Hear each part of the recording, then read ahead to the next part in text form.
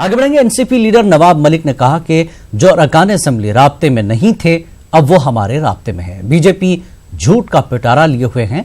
BJP के पास अक्सरियत साबित करने के लिए कुछ भी नहीं है। में जो तारीख थी वो कल तक टल गई है और निश्चित रूप से हम सुप्रीम कोर्ट के फैसले का इंतजार कर रहे हैं। लेकिन जो सरकार गठित की गई वो कहीं ना कहीं गलत पत्र के आधार पर गठित की गई है।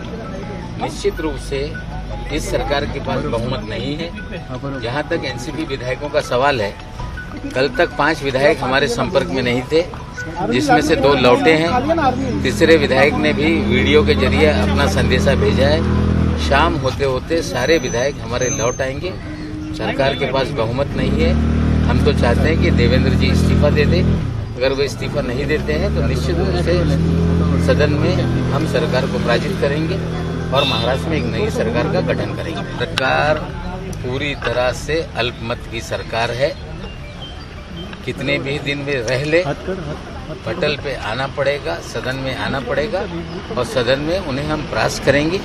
ये बेहतर होगा कि बहुमत ना होते हुए उन्हें चाहिए कि वे इस्तीफा दे दे देवेंद्र जी, और हम इस सरकार को अगर नहीं देते हैं तो परास्त करेंगे।